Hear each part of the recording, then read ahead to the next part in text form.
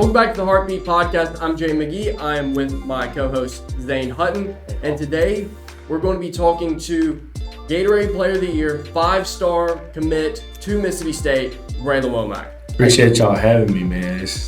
I see what y'all been doing the past couple of weeks, and this is pretty nice setup, pretty nice thing to have going for Hartfield. So I thought I'd be along. That's absolutely right.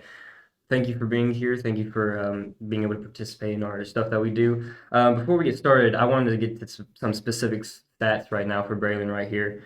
He has 260 running yards on just 11 carries, 18.7 yards per carry, 889 receiving yards on only 39 catches, which is about 23 yards per catch, and he has 9 total touchdowns this season. That's pretty incredible to have. Yeah. Just for this season alone. But before we get into a lot of the specifics about the past couple seasons you've been playing here since freshman year, I want to go all the way back. Mm-hmm. So how did you start getting into football, and how early did you start playing football? I think it was like fifth grade.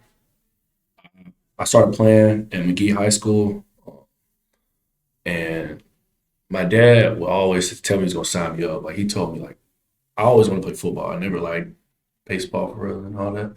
But my dad would deploy because he was in the military. And my mom, she just didn't. She was scared if her son get hurt. Mm-hmm. So he finally was home one summer, and he was able to sign me up. So, I was glad about that. And I just kind of, was special ever since. Like, everybody would tell me, like, you got a different, knack for the football. You got all these different skill sets that God has blessed you with. Mm-hmm. And I didn't really see it until, I guess when I got here, my 8th grade year. So what made you move from a public school to a private school like this? My sister, she came home one day, and she was at McGee when we were both going to McGee. And she was talking about how she wanted to go to Simmons Academy. And that was just something we never looked into. Private school was something we get into. And so she ended up moving there, and I didn't move with her. I didn't want to. But I decided to move to Simpson probably 3 years after her. And I enjoyed it. It was very organized, very structured. And then I went to Simpson for about a year. And then I decided to move here, and this was a whole different world. It was this is almost like a college to us. Yeah. Yeah, so this was really eye-opening to me, my family. We, got settled in Brandon, Mississippi, and, things just started to grow from there. It's been, because I remember when I moved over here in 9th grade, and it was a ridiculous move. I moved from East Rankin over here, and it was a huge change. Because when you say it was kind of like college, that's my first thought process walking in as well, because it was completely different from, teeny tiny hallways, just moving back and forth. Right. And the amount of expansion over here is insane. Yeah. But I want to go kind of into your freshman, sophomore years. Did you get immediate playing time, or how much did you work for playing time in the early years? My freshman year, I started as a cornerback. Coach Rip wanted me to come in and play. And, 9th grade, you played junior high. So I was back and forth from those. I played the big junior high games. And then, because you can only play 6 quarters a week. So I played, if there's a big junior high game, I played 4 quarters. Then I played 2 quarters of high school. So you get to pick and choose which one you get to do? Well, the coaches choose, Coach Toller and Coach Bowman. So I was back and forth with that. Freshman year, I didn't really have a big impact. I just played defense only. Sophomore year was really when I started playing offense. Then the MRA game, I started playing special teams. And, I kind of took off with that. It's just... What's your favorite position to play as a football player? I'm going to college for safety. I like playing safety. Right. I like being the bad guys, people say. Offense is just kind of something natural that I do. Mm-hmm. So I do it to help the team, of course. So yeah, defense, safety, every day. So, because you got to move up through, 2 seasons of state championships. This season, sadly, we couldn't make it, but still, we went to MC to play. Right. How did that move along your progress, especially playing with people like Chris Jones, who I think is going to go to the NFL in 2 years? Then you got London and Reggie and all these other big names. How have those people impacted you on your way over here? On my way, like you asked, like on my way to college, like how are they impacting me? Yeah, just through high school. Yeah, so like I was always the little brother. Me and Katie was always the little brother of the bunch. It was always me, Kenzie, London, Reggie, and Chris. And we all held each other to a standard. Like I held Chris to a standard. Chris held London to a standard. We all held each other to a high standard that, we knew was possible, but it was kind of, hard to get to that standard. So they just pushed me every day. Like I remember the JA game here this year. I was dealing with an injury, and London just pulled me to the side and was like, "Man, everybody's looking at you, and like you show that you're weak, then that's gonna bring the team down." So I knew that I had to finish the game. Like we try to make each other better each and every day, even if we're not around each other. Like I talk to London and Chris often. I don't talk to London as much because he's, getting ready for playoffs. But I talk to Kenzie, I talk to Katie every day. So we just kind of stay in contact because we know what, the future holds for each other. Yeah. So we don't want to, we don't want to let one person over here eat and then the other person over here not eat. So Chris will call me. He'll tell me what I need to be doing, preparing for college. London will tell me what I need to do to prepare for college, so that when me and Katie get to college, like we're not walking into a brick wall. Like we can just move smoothly through everything. It's good to have accountability partners with each other, because then you get to be able to prepare for the future and help each other whenever y'all are feeling down, like for the JA game that you're talking about. Right. Yeah. What's some of the advice that they gave you when moving into college? They just told me don't try to make it what it's not. Like it's not. It's just football at the end of the day. You're gonna have workouts. Workouts might be tougher than what it is at Hartfield. You just gotta get through it. Like nothing's gonna kill you. We always tell each other that. Like no matter how hard the workout is, you're not gonna die. Like you might feel like you might come close to it. Like it's been times where we've been on the verge of passing out, but we know we're not gonna die. Like you always gonna have your body has so much more than what your mind tells you. Like your mind will tell you to stop after 21 tens. Like London runs 41 tens. Like your body has so much more than what your mind think it has. So, that was one thing they told me, like going into this season, to prepare myself for next year. How big of a change do you think that's going to be moving from here to state?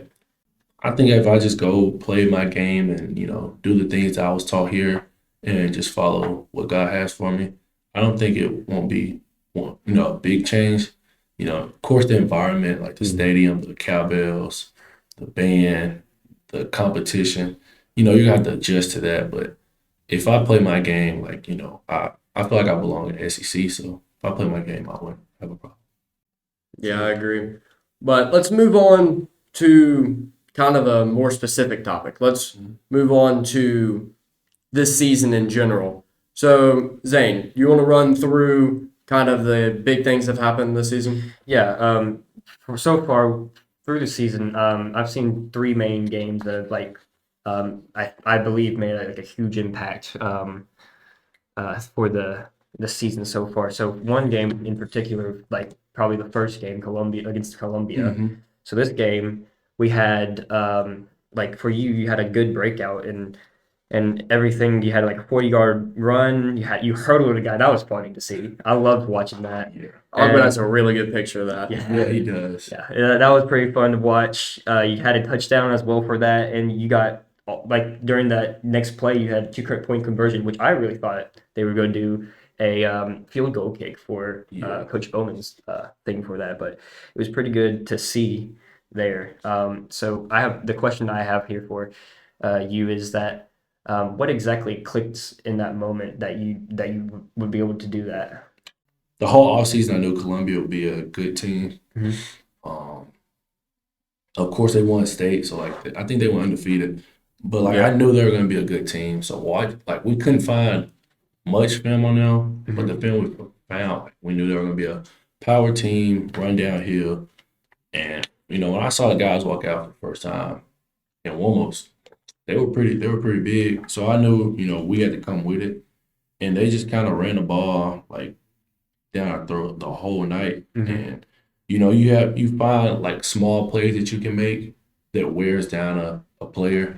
Yeah, It's you, kinda you what can just see the Right. So entire. so they had a lot of depth in the running back game, like in the running back position. Like they had 3 running backs, I believe. So when I saw 2 of them like kind of getting worn down, I knew That was we your got to chance. step up and make plays. So early in the game, I should have made a play on a touchdown. Then we missed. We just didn't tackle well at night, so they ran the ball.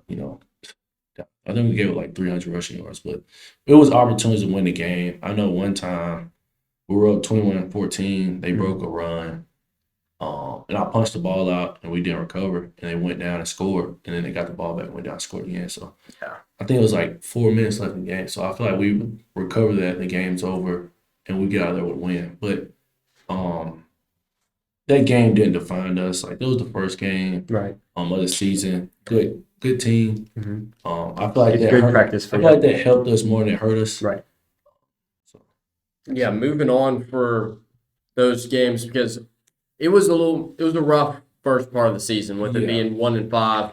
A lot of people kind of were doubting what we could do. What was your mindset moving in through kind of the losing streak we had there to cut and turn it around later in the season? Like I said, we knew just looking at the schedule, we opened the season up with 4A undefeated state champions. Then I believe we played, who did we play after that? I believe we played MRA. I believe so, yeah.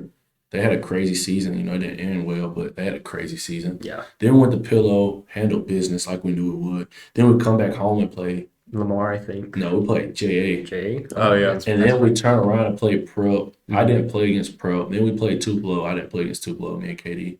So we knew exactly what we were getting into. We didn't want the cupcake schedule that we usually have. We wanted the Tupelo game. We wanted the, Columbia game. The diversity Right. without. We wanted the adversity in the front end of the schedule. Yeah. Because in the back end of the schedule, we've been went through all our battles and had all our scars. Right.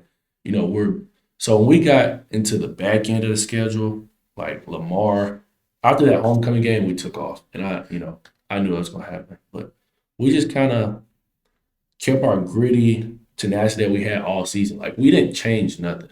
It was just after you take so many punches and you get up, that last time you get up, you know exactly what you got to do to win. So that's what we started doing. You gain the experience as you go. Right.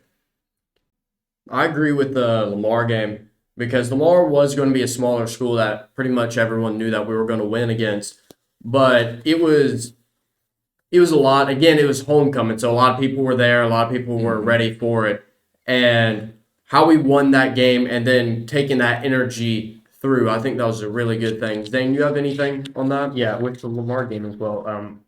There was a funny play that you did where I think Ethan Elliott like threw a Hail Mary of a throw and you caught it and you ran 33 yards in the second quarter, I believe it was.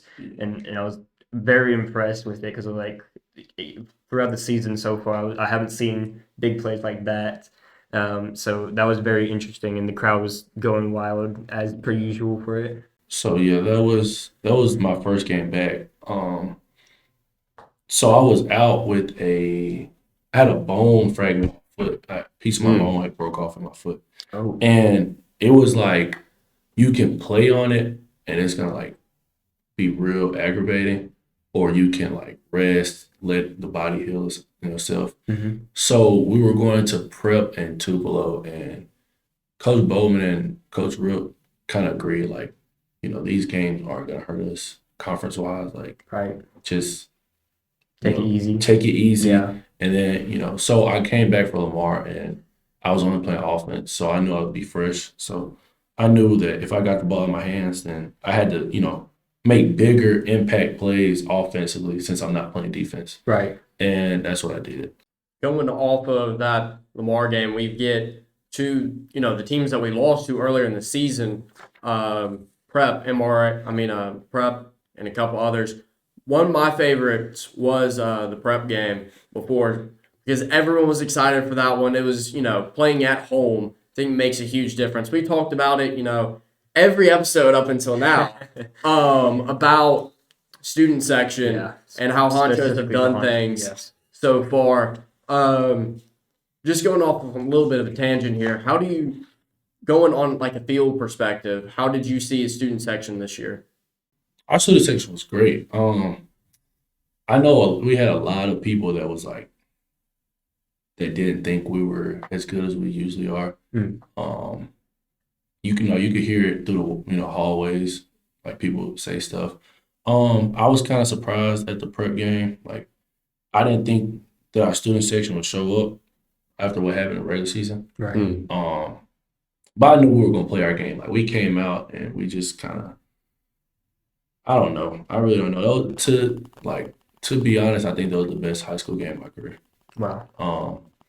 Me and Katie and Coleman, all the seniors, kind of agreed on that. Like, that was one game that we just kind of said, we just gonna play and we don't care what nobody says. Like, I know we gotta stop, like, first drive, we gotta stop on third down, and we all like got a personal foul, and Yeah. A few people and got Coach out, Bowman was kind of heated about it, but we was like let us do us. Like, we don't care about what the fans gotta say, what the students gotta say, what the administration gotta say. Like, we gonna play our last game at Community Bank how we want to. So that's kind of how we went about things, and it wasn't like a disrespect thing. It was just like a leaving it all out on the field. all on the field.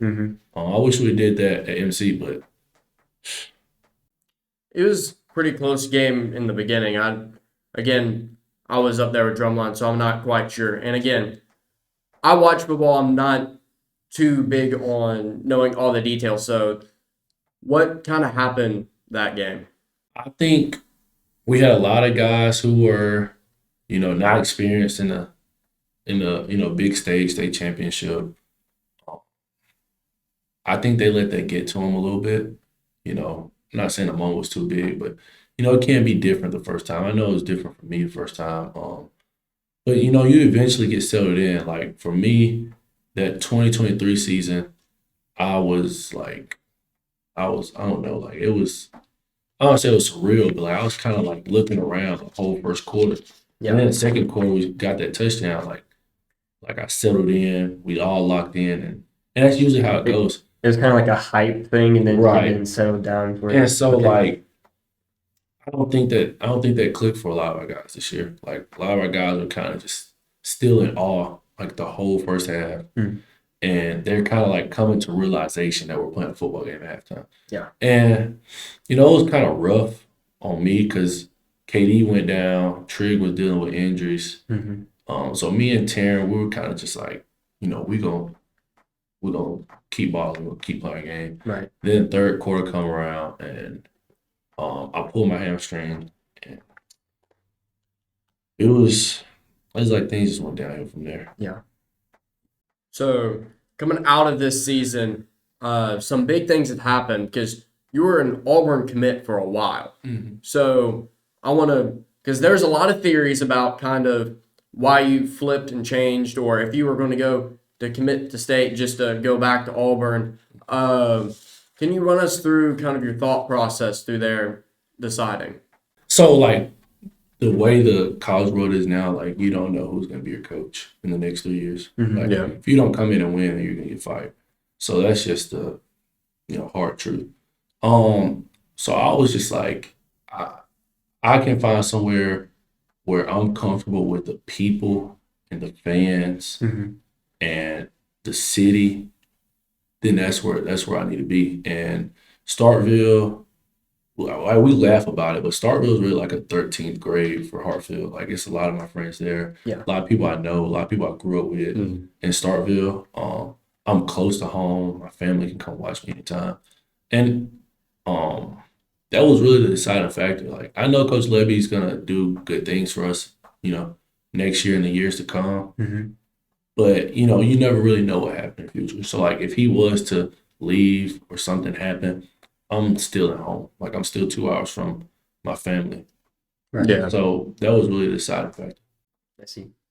Yeah, I'm state fan. Right.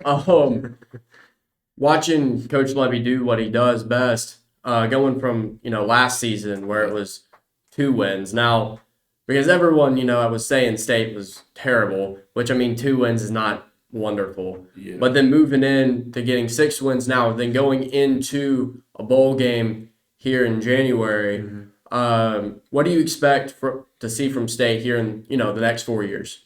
You'll see a lot of dominance, defensive wise. You haven't really seen that. Like, Coach Levy's an offensive guy. He, puts points on the board, but like the Texas game and Tennessee game, we gave up a lot of points. Like, defense is what killed us. So I feel like, when we get that fixed, and I believe we have got it fixed, we get hired Coach Arnett back. I was really excited about that. He's the one who actually started recruiting me at at Mississippi State when he was head coach. So I think things are going to change defensively. The locker room loves Kamario Taylor. He's a true leader.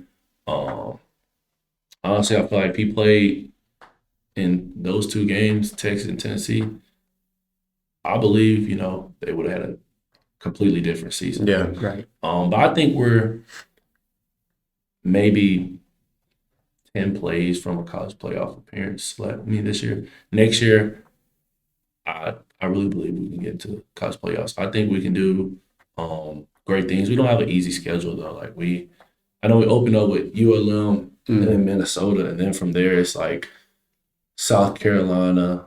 Then we play at Bama at home. Then we go to LSU. Then we got Oklahoma, Auburn, Missouri.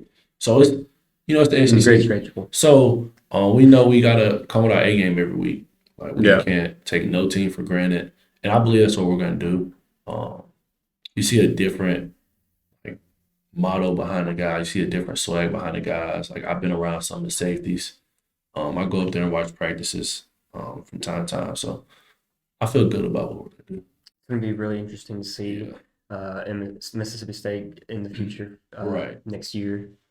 What are practices like? What are, for people who don't know kind of the big college scheme of things, because a lot of people just watch the games, what does the behind the scenes look like since you've got a first look at that? So like Mississippi State, you're going to get there morning. Like, it depends on the practice, but you get there, eat breakfast, chill. Well, not chill, but, eat breakfast, get to chill for like 10 minutes.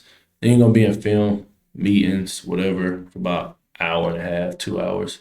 Then you just transition to the locker room, make your way to the training room, get taped if you need it, head out to practice.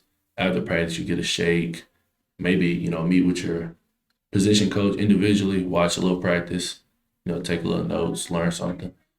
Go eat lunch. And depending on like what type of day it is, like I believe that was our first day back or first week back when I went up there. So like they were kind of not slouching, but like they were kind of like getting back into the groove of everything. Yeah. And so like it's nothing crazy right now. I think fall camp is when it gets crazy. Like it's like meetings at 6 o'clock in the morning, meetings from 6 to maybe 8. Then you would probably eat lunch around, breakfast around 8, go back to meetings. Then you'll lift. Then after you lift, you eat lunch, back to meetings. Then you'll go practice. Then you got to practice. Probably got to go to class, which in the fall, you probably take like 1 or 2 classes a day. Yeah. Go to class, come back, meetings. So you're really there from like 6 in the morning to like 10 at night. So some kids, like, I know some people sleep in the locker room. Like, it's crazy. I think I'm going to be good. It's a big transition from, because I know during the summer, y'all practice from like 6 o'clock in the morning to like 12. Yeah. So that's, a lot different from 6 to 10 at night. Yeah. But going into Starkville, what do you see around the town? Why did you choose that over some of the others? Around the town? Yeah, just the town itself. Because it's, Did you say college it's- town of the it's year nice? like 3 years in a row. Yeah, I mean, it's just a small, like, country Mississippi town. Like, you gotta be from Mississippi to understand how Starkville work and all the towns leading up to it. Like, I grew up in McGee and Mendenhall, Mississippi. Like, that's like a lot like Starkville, just not with a college football stadium. So it was just like home. Like this, like Flo is kind of, not crazy, but like Flo is more city than Starkville. Like you got towns, I mean, you got shopping places everywhere. Mhm. You don't have that in Starkville, and that's kind of how I grew up. So it was kind of like home. That's Yeah. interesting. Yeah. So, did you grow up State fan, or what did you grow up being? I like football. I grew up watching Ohio State. That's where people thought I was going for the longest. But I grew up in the South. Like I grew up like before you watch Ohio State on Fox or whatever Big Ten network, you're gonna watch SEC games all day. Yeah. So I grew up watching SEC games all day. I grew up watching Florida. My dad's a Florida fan. My grandpa's a Mississippi State fan. My uncle's a Mississippi State fan. And so like I grew up watching like SEC football, but I'll also watch Ohio State football. And it was like it wasn't two different worlds, but like down here, like it's literally like the motto. Like SEC Yeah. just means like a lot to these people. Mhm. Like I remember Coach Freeze said, and like he's like people save up all year just to climb up to the top of the stadium. Like Yeah. people save up all year to get like one of the worst seats in the stadium to watch you perform. And I just looked at it different. Like people really do that here in the South. Like kids will talk about their first SEC game forever. Yeah. Yeah. And that's just like something special. Like, you can really be a legend to like every kid in Mississippi just playing in his hometown for Mississippi State or Ole Miss. Yeah. Because, again, I don't play football. You Yeah. probably can tell. Yeah. But this year I got to go to the Gridiron and watch the State Tennessee game. Then I also went to the State Georgia game. I saw you there. You didn't see me. Like we were trying to yell at you walking. You were walking back to the locker room, and we were trying to yell at you. You never saw us. But at the Tennessee game, that's the loudest game I've ever been to, because and a couple other people on Instagram said it was too. They were actually reading the decibels off of it because of how close that game was to lose in overtime. I love hearing when we walked out. You got people from Tennessee saying, "Yeah, we got it." Definitely didn't doubt for a second. Yeah. So a lot of our games we lost fourth quarter. It was always really close. So I think we're on the verge of something. So I'm glad, I've seen a lot of things. People said that State has really won recruiting this year. Yeah. And have you met kind of the other recruits for Yeah, I this know year? JJ, I know Cooper, like two of the top running backs in the state, maybe in the country. I just met Cooper, like I just found out about Cooper from GoFor. He's gonna be really special. JT, he's Kamario's little brother. He's a good athlete. He makes plays like in a millisecond. Like he can change the game really fast. I know we got I can't think of his name. We got some kid from Alabama. He's a receiver. He's gonna be something special in Levy's offense. So I think I really think we dominated the recruiting class this year in the state. And that's what Coach Levy told me, like while he was recruiting me this past month and a half or 2 months. Like he was like, when you jump on board, you're gonna see a lot of kids like, jump on board. And Cooper was committed to Auburn as well. So when we decided to make that move, you just kind of see everybody in the state like, start transitioning in with us. And it was kind of special to see, like I said, like growing up watching Dak Prescott and all these like legends at Mississippi State take Mississippi State and make them number one in the country. Their name will never be forgotten. Yeah. Like they probably like most Mississippi State fans probably know like the long snapper from that team. Like your name will never be forgotten if you can do something special. And I know we'll do something special the next 3 or 4 years. So why not, be a legend in your home state instead of somewhere else? Yeah. Because if you're from here and you don't know, even if you're, diehard Ole Miss fan, Dak Prescott, all of these big Right. names that played during that era. Again, we were young during that time, but it was still good to see because I'm not into football. Me and my brother still went. We went to, I think I was like 8 years old. My brother was 7. We went up to football camp over there at State. So we got a couple things signed by Dak. So it was cool. Because like you said, it's a smaller town. It's a lot of fun to be in. Mm-hmm. Especially you got the bigger stuff around the stadium, but when you go out, it's feels like normal. It feels like home. So I'm glad that you could go over there and feel like it's home. Mhm. So it's been good to see. One last thing. I remember listening over there at signing day about Coach Bowman saying that you were a lot in prayer, a lot in trying to decide with your family about what that next step is going to be. Can you walk us through kind of how you made that decision through kind of a faith standpoint? My family's big on faith. Like, Paul's a pastor. We go to church every Sunday we can, and my dad, he's big on giving back. I don't know if y'all do, but our church we do like collection, like give it, donate. Yeah. So like he's big on giving back. I remember like one time I did like not having money. I was putting $1 in, and he'd be like looking at me crazy. Like, dude, I know you just have money. Like he don't like he's always big on giving back. So they try to keep my head on straight with that. And I try to stay, Christian based myself. Like sometimes, you don't, you have your moments. Like I know I have my moments on the football field, but like everything I do, I try to make sure God is, approving of it. So my mom was telling me like when I was committed to Auburn, I'm like, Mom, what do I do? Like in like 2 months, like it's gonna be over. Like I'm either gonna sign with Auburn or I'm gonna sign somewhere else, and I don't know where the place is. And she was like, and I was like, I'm gonna just have to sign with Auburn. Like my sister's there. Like worst thing that happens is, things go wrong, but my sister's gonna be with me. And she was just like, son, like just give it to Jesus. Like give it to him. He's gonna show you signs, he's gonna open doors. And like the week she told me that, Coach Freeze got fired. And things just started, not crumbling at Auburn, but like, It was just shifting, right. And so I'm just like watching everything take place. My mom was like, just continue to let things play out. And by that time, I started going to see other schools.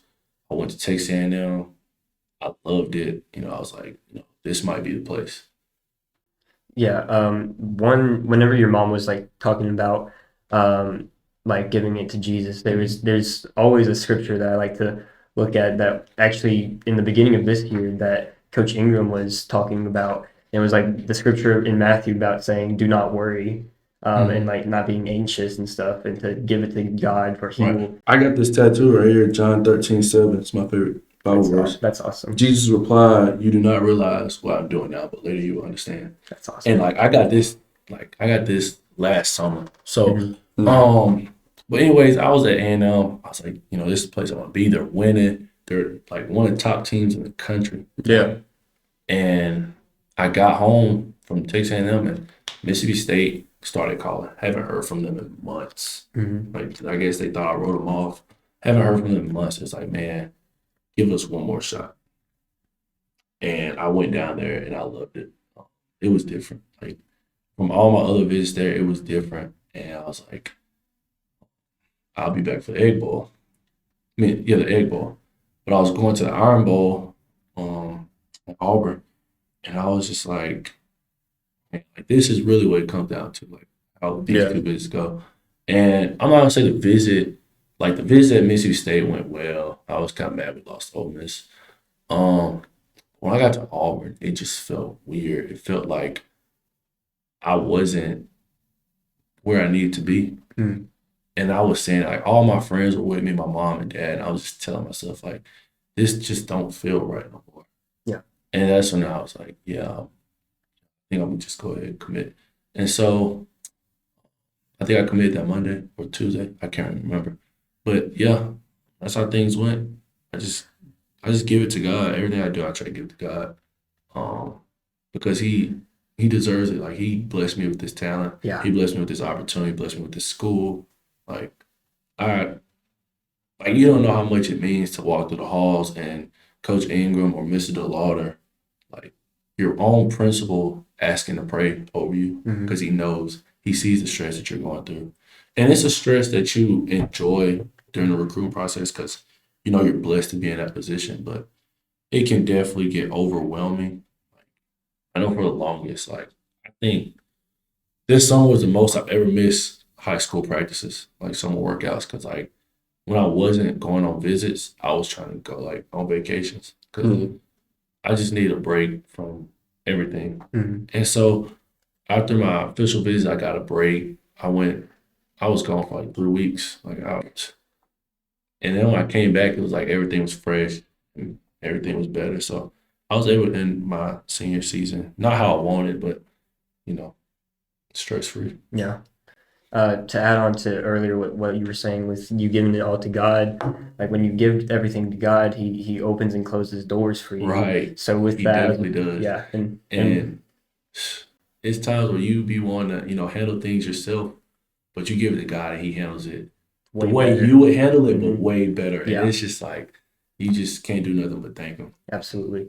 Another verse where it's ask and you shall receive. Right. So with that, with like whatever you ask for, you in prayer, like Right. if you ask for, well, which place should I go to? Should I go to Auburn or should I go to State? Right. He showed you the path whenever you went to Auburn. You're like, it doesn't feel the same as it did. Right. So there you go. Yeah, definitely lay it out for you. Yeah.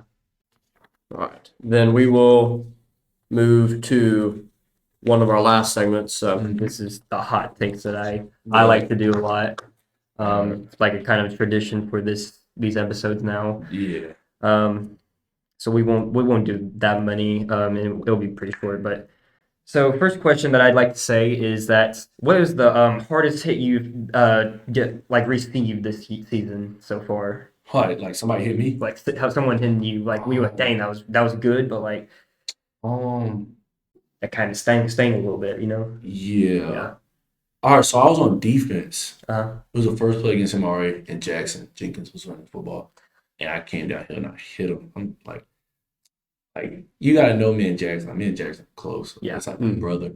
And so when I hit him, I was trying to kill him because I knew I would get bragging rights for that. Yeah. So when I hit him, we kind of stood up, and I finally tackled him. And I got up, and I'm trying to celebrate. And I can't move my arm because my whole arm's numb, cold. Oh my God. Just from the I got impact. a finger. Yeah. And I was like, dang. So I was like that for 5 plays afterwards, trying to get my arm back. That's crazy. moving. Yeah, that Jackson, I remember he's always a fun person to be around and everything. Yeah. Okay, next question. Who is a teammate that you trust to block you when it really matters, like whenever you're trying to get a good carry or something? Coleman Williams. He's my crash out brother. Yeah. Like Taryn and KD kind of be laid back. They're like my people I can laugh with. Yeah. Coleman just gone. Coleman do whatever. Somebody talk to us crazy, Coleman gonna handle it. Yeah. He's a menace on the field is what it seems like to me. Yeah. And it's in real life too. All right, last one. One word to describe Hartfield football this year. Grip. Grip. Like we could have gave up so many times. Yeah. We could have gave up at 1-3, 1-4, 2-5, whatever. But we didn't. We could have gave up when things got hard. We could have gave up. It was multiple times where I thought we could give up. I thought we were gonna go into Tupelo and just lay down. And we went to halftime 7-0. Yeah. I think that's when everybody realized it clicked. Like we went to locker room and our coaches didn't really say much. Like we just sat there and listened to music and just got hyped because we knew we weren't supposed to be in that game. We had 2 big players out, and we went in there and we did not we didn't back down. Like, we came out the gates. Taryn fumbled the opening kickoff, and they had the ball in plus territory. I think they got in the red zone, and they ended up with 0 points. Wow. So we had our moments. We had our good moments in the first half of the season. We had bad moments in the first half of the season. But we didn't quit. And that's one thing I can say about this team. We will never quit. This is one of the best teams to play with. Like, we didn't win, but we had a lot of kids that had their first experience of a lot of things. And I was just happy to be a part of it for them. Yeah. Being a good leader model for them as well. Right. That's good. One last thing for me, because I just thought of it now.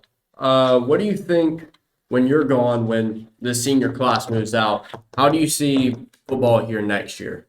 I see us doing good things. I believe in Ethan. Ethan's my dog. I feel like Ethan steps up and be vocal, and he be the leader that I believe he can. I believe they'll be back at MC.